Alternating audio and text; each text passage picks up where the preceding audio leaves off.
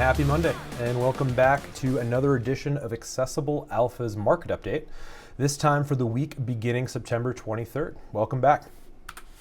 As always, please remember that anything that we discuss in this podcast, if you're listening on Apple or Spotify, or obviously in the video on YouTube, anything we discuss here is for educational purposes or informational purposes only and should be consumed as is, and certainly not as investment advice. Let's dive in. Really important week for the markets this week. Obviously, the highlight is the Federal Open Market Committee got together. This was Wednesday. And at 2 p.m. Eastern released their 50 bip rate cut, which is the first rate cut in 4 years, basically since COVID. And this was huge. Come to find out, it did align with the market's expectations. So we discussed in previous weeks, we thought maybe a 25 bip rate cut. I think it was 70% was getting priced in and maybe only 30% on the 50 bip. By the time this came out, the Fed Watch is the market, so to speak, that is tracking how much of a rate cut is baked in to the market. It was actually around 59%. The 50 bip rate cut was at about 59% probability before it dropped. So it aligned with expectations. But interestingly enough, the market did not take off on Wednesday, but Thursday it certainly did. So this was huge for the quantitative easing that we're seeing, or hopefully the beginning of the quantitative easing that we're seeing. And again, 50 bips was more than expected. So huge news, potentially another rate cut coming in November. So I'm going to show the dot plot in a moment, but the dot plot is basically where members of the Federal Open Market Committee get together and they give their kind of prediction or forecast for not only the Fed rate, but also inflation. And it seems like, this is the first of many rate cuts, clearly, and maybe another one coming in November, or potentially two, maybe 25 bip rate cuts coming towards the end of the year. There's only 2 meetings remaining for this year. So, the Fed, as Jerome Powell mentioned, is looking to go kind of lower for longer. And it's basically the idea, if you see this out in markets, of not just slashing rates very quickly and bringing, rates down very quickly and hopefully inflation down very quickly, but really trying to do this more strategically such that rates can kind of inch down slowly and the economy can, what he calls, recalibrate. That's the new term you'll hear out of the transcripts of the Federal Open Market Committee, the minutes for their meetings. But that's the idea. Kind of bring the rate down slowly over time, get inflation control. And I think what he's implying there is that there's going to be, that's a stronger way of doing this than obviously just cutting rates and bringing things down quickly. And you'll notice that going back in history, they'll only bring those rates down very, very quickly if we're in some sort of recessionary environment. And clearly we're not in one right now, which is great. In terms of the market, we're finally at highs again, and this is really exciting. We've been talking about this for the past couple weeks, but when we're at highs, those are typically good entry points, as long as we have some other conditions like volume to get in on equities. Typically, we think about this on the individual name level, but we could also think about this at the market level as well. So the S&P 500, specifically on Thursday, above 5,700 for the first time, which is great. That's the 39th record close. The slide says this week, should be this year. And the Dow Jones Industrial Average was above 42,000 for the first time ever. So obviously this was fueled mostly by the rate cut, but this is good news. Are the bulls back? More time needs to go by. I know I say that quite often, but it's true. We're at this great inflection point, but we need some more confirmation and volume before we get too excited. But these are really good signs, though. As a typically long-only manager, meaning I'm only buying things and I only sell things when hopefully they go up in value. This is good news for the remainder of the year for sure. The NASDAQ is really the only laggard, which makes sense because tech has kind of rotated out quite a bit.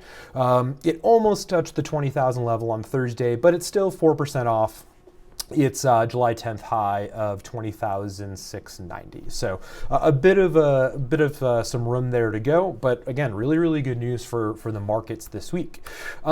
As I mentioned before, this is the dot plot. So again, the members of the Federal Open Market Committee will get together and they basically give a forecast or a prediction of not only where they think core PCE is going to be, and remember, core PCE is your prices in urban but also rural areas that exclude food and energy.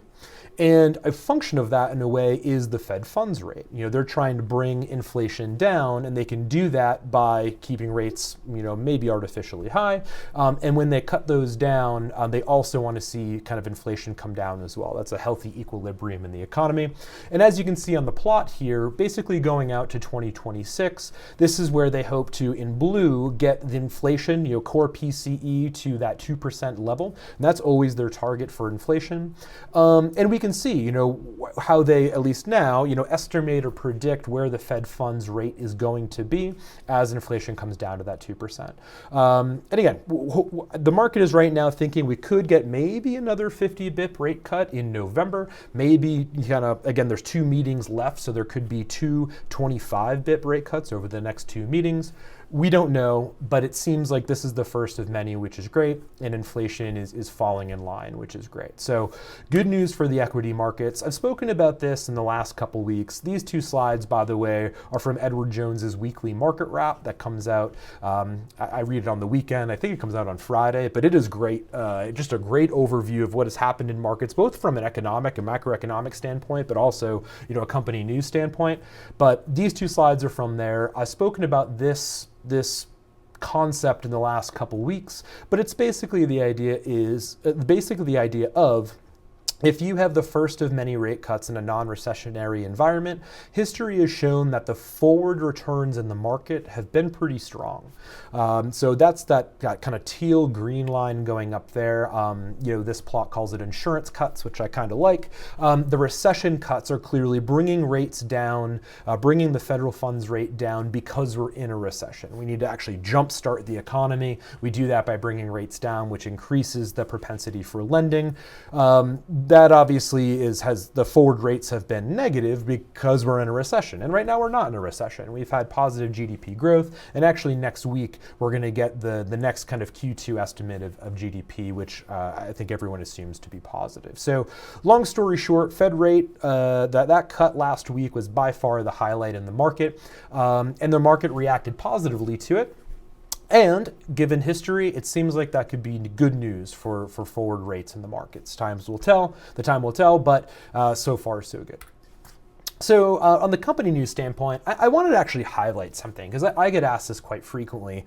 When we're looking at stocks, obviously we want to look at earnings. And a good thing to look for in earnings is pretty consistent, positive, and growing EPS, right? So when we look at earnings quarter over quarter, if earnings are going up and they're consistently positive, you don't want to have, $2 a share and then like negative 17 cents, and then it's up $4 a share and then it's down 25 cents. We don't really want that. But if it's up, $1 a share, then it's $1.50 a share, and then it's, $2.50 a share, those are things that are really positive. But I get asked this a lot. I mean, can you trust them? And the answer is yes and no. I mean, obviously, if we're looking at stocks, we're conditioning those stocks on certain parameters that we think make for good buys. Earnings should definitely be a part of it, but it's not the entire story. And I wanted to actually break that down, what that means exactly. So remember, at least theoretically, and we won't get into kind of super PhD mode in finance over here, but it's the idea that stock prices are the infinitely discounted price of all future earnings. Well, what the heck does that mean?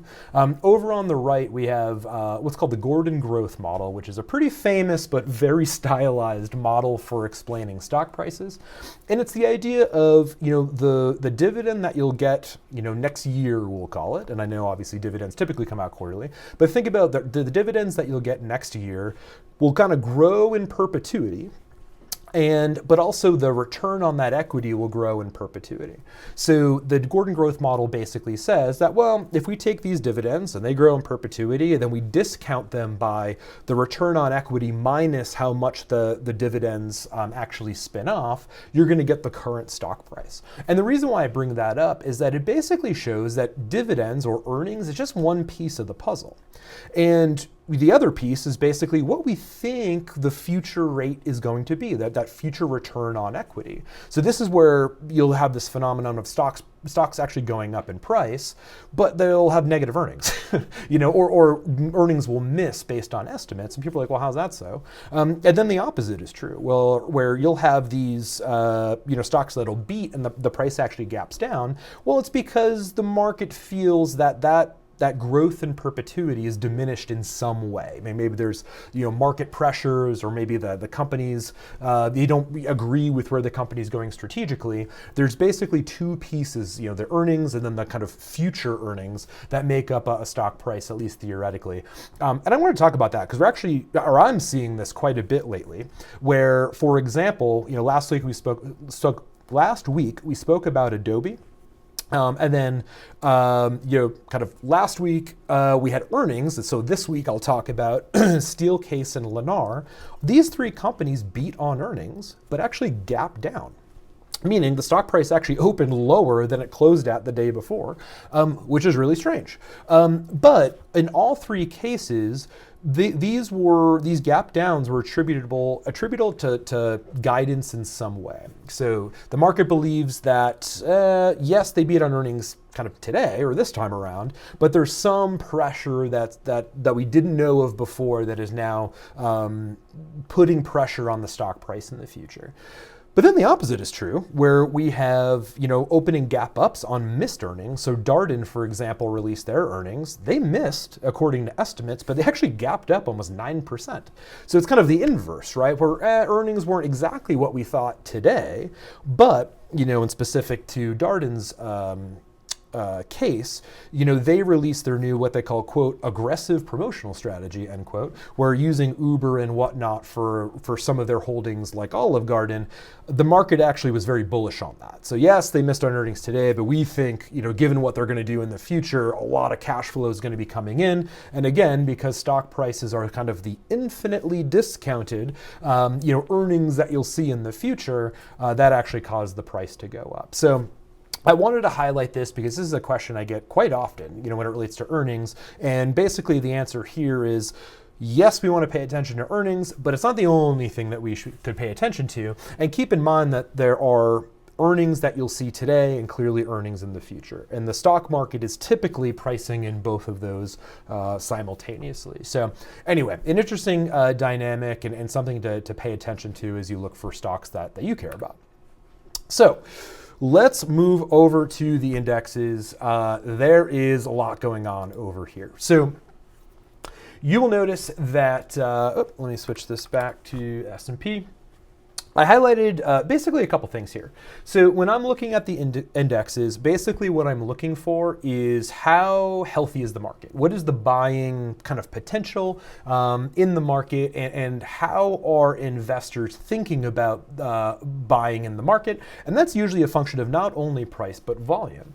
What I wanted to highlight here is, in the S&P 500 on the top left, on the NASDAQ on the bottom left, and on the Dow Jones Industrial Average on the bottom right. I do have the kind of the NICE composite index over here in the top right. Let's forget about that for now because I actually don't have volume information for that.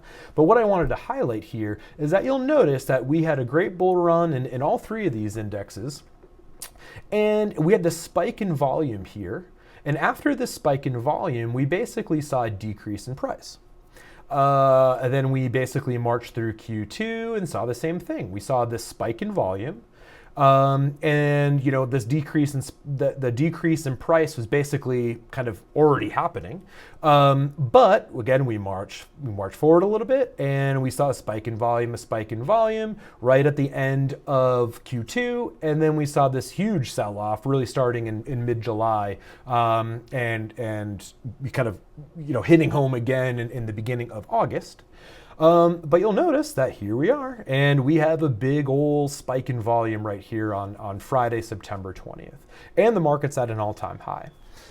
Let me explain this a little bit though, because this isn't totally doom and gloom. Basically what's happening here is we had a really strong end of 2023 and then obviously beginning of 2024.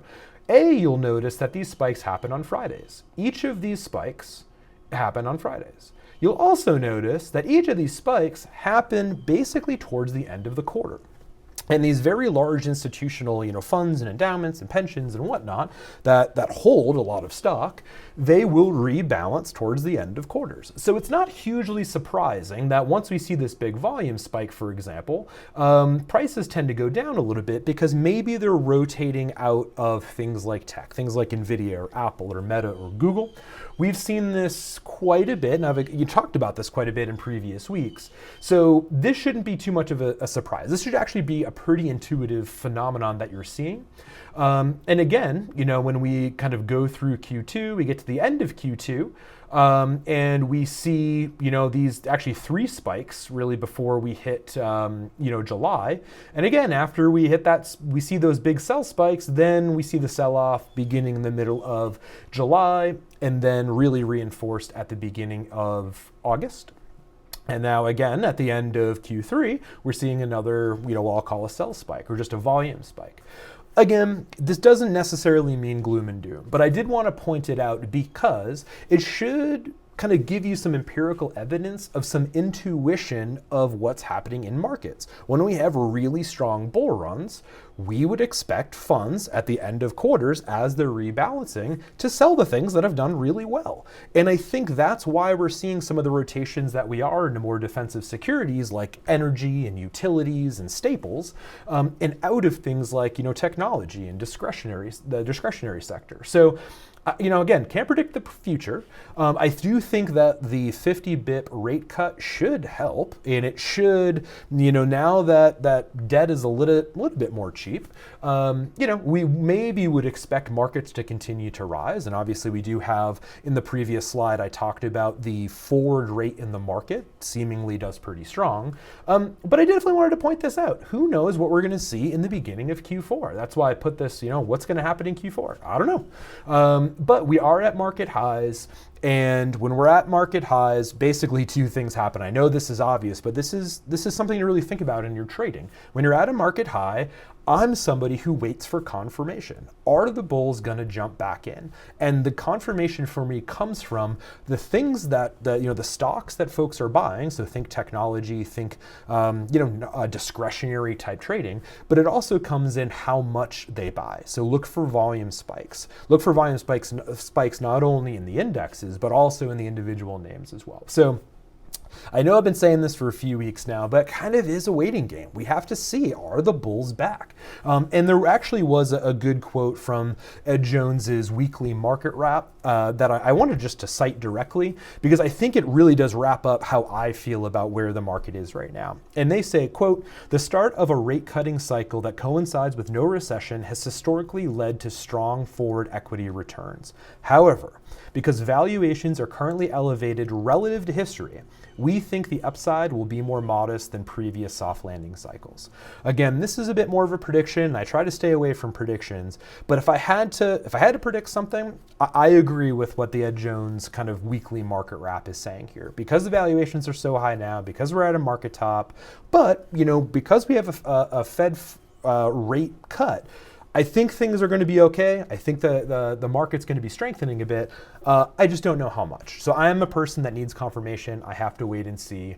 And at the beginning of Q4, I think it'll be pretty indicative if folks are going to get back into the bullish cycles that we saw in the previous bunch of months, certainly in 24 and even in 23 as well. So that's what I'm seeing in the indexes. Let's move over to winners and losers. So the first winner that I have here is Edgewise Therapeutics. There's not too much to look into here. They had a really great week last week, obviously because of this gap up. And I do pay attention to gap ups that are not related to earnings. You'll notice that they had earnings here and, Thursday, August 8th, and here we are, really Thursday and Friday, they had this big gap up here. The news story here is because they're like we discussed last week, actually, they're in a phase 1 trial that did really well. So I'm not going to read too much into it, but, I do look for things like this. They were in this consolidation pattern here for a long time, really going back to the beginning of the year. They've seemingly broke out of that. Again, I'm a person that waits for confirmation. So if that's something that sticks around and the market kind of bites into, maybe if they're a bit more risk on because the Fed rate is down, we'll see. But that's certainly a winner. And then the other two that I wanted to point out are Constellation Energy and related Vista Corp, which is also an energy company out of Texas. But the Constellation Energy gap up on Friday, I wanted to point out because the news story here is actually really interesting. Constellation Energy and Microsoft are teaming up, and they're actually going to get the Unit 1 reactor at 3 Mile Island back online. So obviously this hasn't been online for quite a while. Pretty famous nuclear accident in America. But the idea is to get this thing back online in 2028. It's still it's still subject to approval by the nuclear regulatory commission. But the idea here is that the partnership with Microsoft comes from actually providing power to AI technologies. So really interesting there. The market bid on this in a pretty significant way, and Constellation Energy was up quite a bit. And the reason why I highlighted Vista Corp as well is because they're also looking at nuclear technologies in the Texas area and obviously other areas of the country as well. So personally, I'm a huge proponent of nuclear technologies, and is it back? Is it back in vogue? I don't know. Obviously there is a lot of pressure on fossil fuels, and that only becomes more so as time goes on. But I thought this was an interesting news story just in a general sense, but here are obviously some winners that saw some benefits from that. And Vistra as well, kind of coming out of this, kind of cup without handles, so to speak, pattern here, really going back to May of this year. Now they're back at that high. Usually a stock will kind of dip around that high for a little bit before it breaks out, if it does. But this is typically a really good pattern to pay attention to. So if the bulls jump back in, Vistra, could be a buy potentially, if the bulls jump back in and there's confirmation there, and this kind of nuclear energy story continues to play out in a positive way. So for losers, a couple here. So the first is, and again, this goes back to what I was speaking about earlier with, earnings and things may be going well, but things gapping down. Why, why is the market reacting the way that they are? But Dick's Sporting Goods is a really interesting case actually, because again, you'll see they're kind of in this ranging pattern here, kind of going back to really March of this year. They're in this ranging pattern here between, 238 on the high side, and we'll call it, 192 on the low side. But the reason why I bring it up is that Dick's is actually doing great. So they had a pretty bad week last week. They're down 11% off their August 23rd high. But, they've had an increase in EPS. They've had an increase in sales. They've had an increase in comps. I'm kind of looking over some of the notes here. They've increased guidance. All of these things are really positive, but for some reason the market just really isn't buying it for some interesting reason. But again, these are things to pay attention to, right? So especially in sideways markets, even if you have a company that is posting really great financial results, if the market's a little sideways, sometimes it can be hard for bulls to jump in and kind of want the demand, provide the demand to buy, which is what drives prices up. So Dick's, not a great week last week, but I'm kind of paying attention to Dick's. We'll see what goes on there. Intuit was also down 1.5% last week. It's another example of beating earnings. You'll see here, a surprise of over 7% on EPS and over 3% on revenue, but a gap down. You'll see a lot of sell pressure here. And again, you'll see that they're in this consolidation pattern. Maybe, 670 on the high side and 600 on the low side. It just seems like Intuit really can't can't pull away from this 670 level. And this one's really interesting because I dove into this a little bit. And really the idea here is a single fund called Spruce Point. I looked at their ADV filings with the SEC. They have about $334 million in AUM. So keep in mind, this is not a large fund. The average hedge fund is around, 100 million, somewhere around there. So not a very large fund. But they came out with this very specific report. And they basically cite in this specific report that Intuit's small business and self-employed segment has, quote, opaque, end quote, accounting. And they believe that because of that opaque accounting, they can't really kind of tick and tie what the earnings are going to be, or how much that segment is going to provide positive earnings for Intuit. So they are now short. And the market actually read this report and seemingly agrees. And it seems like Intuit is now kind of suffering because of this one relatively small fund. So again, it goes to show that the market can be, manic at times. A trader, a great investor, kind of way back in the day called it the manic market. And I think about that a lot because, there's a lot of irrationality out there sometimes. But just because there's irrationality out there doesn't mean that, the price doesn't matter, right? Sometimes you gotta really pay attention to the irrationality so you don't get hurt. But I thought this was a really interesting, story, so to speak. So. Anyway, Intuit down in this range. Certainly I'm not saying a buy or sell or anything like that, but again, I just thought it was an interesting story of how a single report can drive the market's reaction to something. And then the last loser that I'll bring up is actually something in my portfolio.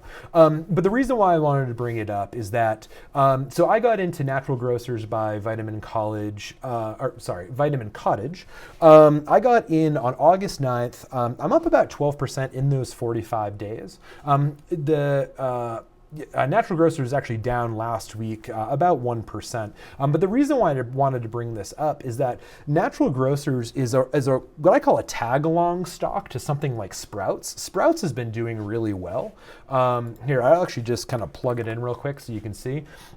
But Sprouts has been doing really well, but I kind of, frankly missed a bunch of really good entry points. So you can't do this all the time, but every once in a while you can actually buy a security that is a competitor or very similar to a security that you missed an entry point on just to get a second chance entry. Maybe the market is also into Natural Grocers because, Sprouts is doing well. That actually turned out to be true. But I'm seeing some sell signs here. When I, look at the daily chart, and especially at highs, I kind of see this bullish breakout above the 2763 high. But now I see 4 days of sell activity with some pretty strong volume here. That's kind of a sell sign to me. So I think this week I'm going to rotate out of this and get into something else because, again, especially with the rate cut, you always want to think about the opportunity cost of holding on to something where there could be other securities, other stocks that maybe just have better return potential. And again, I'm up 12% in 45 days on this stock, so good run there. Maybe I'll kind of get rid of this and get into something different. So that's it for the winners and losers for this week. For the industry rotations, as always, I like to look at the sector spider ETFs. And remember, these are ETFs by State Street Advisors specific to different sectors. So you can get a feel for how well sectors are performing over time. I basically had this going back to the beginning of last week. Actually, I can make this a little better. All right, going back to the beginning of last week here, this pink line, if you're watching on YouTube, is the S&P, kind of the general S&P 500, and this is the 10-minute chart for the particular ETFs that I'm looking at. For industry rotations, basically what we saw is that consumer discretionary beat by about 2% last week over the general market. Energy was also up about 2%, and communications was also up about 2%. So again, I look at things like this because it seems like, when we look at discretionary energy and communications, these are, kind of not defensive holdings. And maybe, especially with what happened on Thursday when the market bit on the Fed funds rate drop, we could be back, right? The bulls could be back. Personally, I'm a trader. That needs a little bit more confirmation. I need a little bit more, volume above that high in the market to tell me that we're truly back, and we're truly back with some kind of price resiliency. But this is a good sign, And then on the downside, healthcare was down quite a bit, basically lagged all week.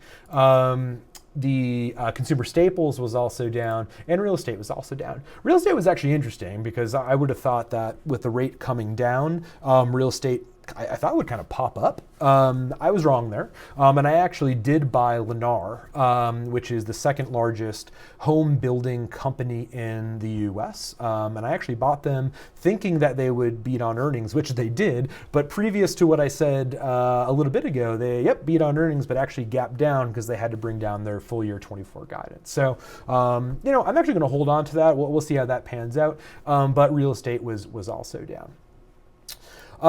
Flipping back to, the exact industry groups that are in and out of favor. For those on the podcast, I'll read the slide. Medical and equipment service companies continue to move up. The same is true with REITs, local banks, real estate development and operations companies, and power utilities. And what has the new industry groups that I've added are savings and loan, alternative energy, and again, telecom services and infrastructure companies really moved up last week from an industry group perspective. So those that are moving down, some kind of names that I'm bringing back from a few weeks now are transportation and hotels, consumer electronics, apparel manufacturing, semiconductors, and restaurants. And new for this week would be alcohol, payments and database software companies, and building and construction products companies. So again, I feel like we're kind of in this weird interim stage where, really what you'd like to see moving up is technology. And again, some of these kind of aggressive, maybe, non-defensive holdings. We're still seeing savings alone and kind of alternative energy, which I guess is kind of better than, power utilities that we saw, from the past couple weeks. But moving down, again, I would kind of like to see some of the defensive stuff moving down. Maybe not yet. Building and construction products, I guess, moving down may be a good sign for kind of the technology bulls. But having alcohol and payments and software, payments and database software companies rotating out still seems like, I don't know, maybe we're taking profits and folks are getting out of those names. So for next week, not a whole lot happening. Two major earnings that I'm going to focus on. The first is Micron. Micron is typically a pretty powerful company, in the technology space. But to be honest, their earnings have kind of been all over the place lately. And again, I pay attention to these names specifically in the technology space when markets are going a little bit sideways, because I want to see, are folks going to jump back in, right? Are we going to be risk on with what we're seeing in the market, and are we going to jump back into technology? So I highlighted this as red because, I'm interested to see what happens, but frankly, the chart's not too great on Micron, and their fundamentals are not too great either, but it'll be interesting to see. Costco is actually kind of the opposite story. Costco has been a great company fundamentally, and they have a really great chart. Again, typically I look for charts that are basically at their highs. And when they're at their highs, that'll give you a pretty good indication are investors going to jump into this and with volume push this to new highs? Or are we just back at these highs and maybe we'll take some profits. Who knows? But Costco is going to release on Thursday. I'm excited to see what that looks like, because this could be a good buy towards the end of the year. We'll have to wait and see. On Thursday, the Q2 GDP report comes out. Again, this is always interesting because it solidifies the fact that we're not in a recessionary environment. And now with the Fed funds rate coming down, with inflation coming down, still in the mid threes somewhere. Although we will get a readout on Friday as the core PCE report for August will come out. It'll be good to see, is GDP still in line with a burgeoning economy? Again, from a macroeconomic perspective, all these things have to come together. It seems like they are. Unemployment's still a little high, at kind of the low 4s right now. But with a strong GDP report, with strong, core PCE report in terms of inflation, we even with the relatively high inflation kind of that we'd like to see, things are actually looking good. So we'll have to see for next week, but frankly, next week I'm really paying attention just to the market in general. What's going to happen with the bulls? Are they going to jump back in? Are they going to jump in with volume? And if they jump in with volume, what names are they jumping into? That's always really, really critical. And if it's the names that either previous winners, like think the Nvidias, Apples, Metas, like these big technology-driven names, if they're jumping back in, that could be a really good sign for Q4. So we'll have to wait and see. But as I mentioned at the top of the episode,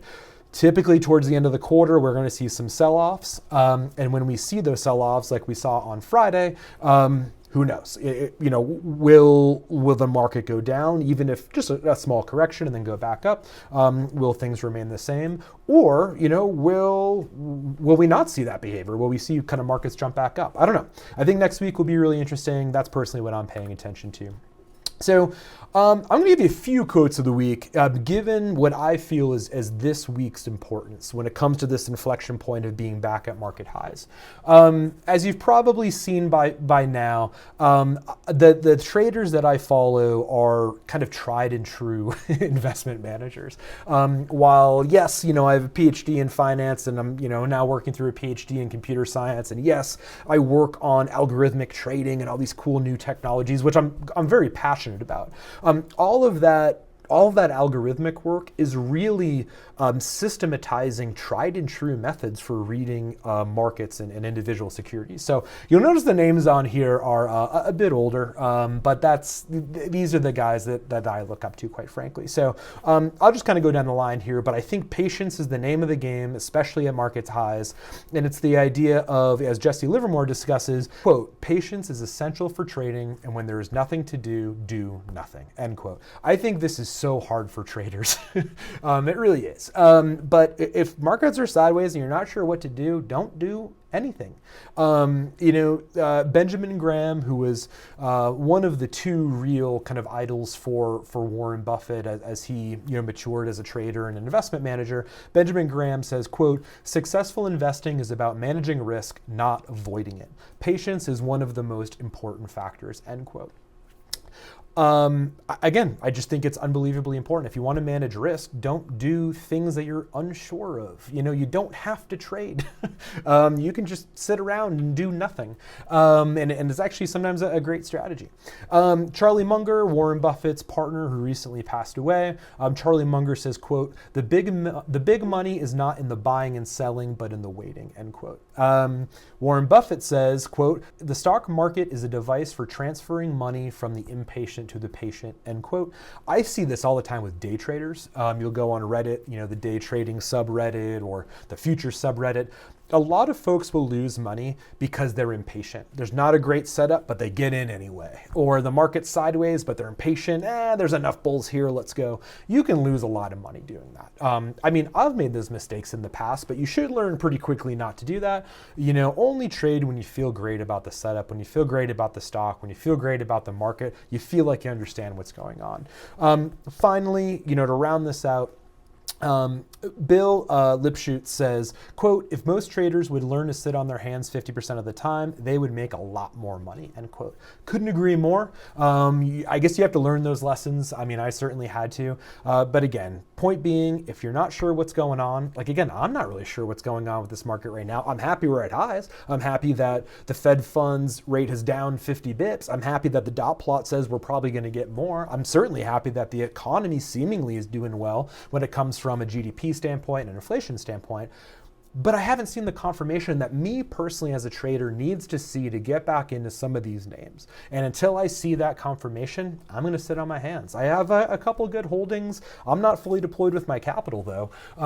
These are the things that I need to see. So everyone's a little bit different. I'm not saying you have to trade that way or invest that way, but it's just something to think about. Point being, if you don't know what's going on, it's never a bad idea to sit on your hands and do nothing.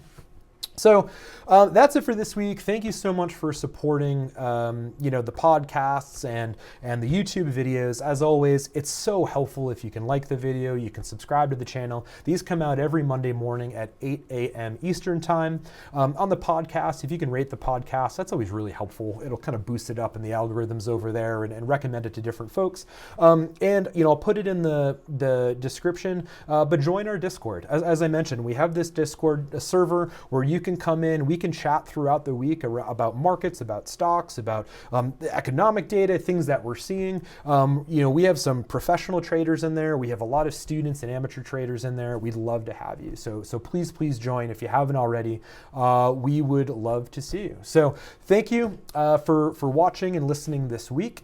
And I'm really excited to see what's going to happen this week and how we roll into Q4. So good luck this week, and I will see you next week.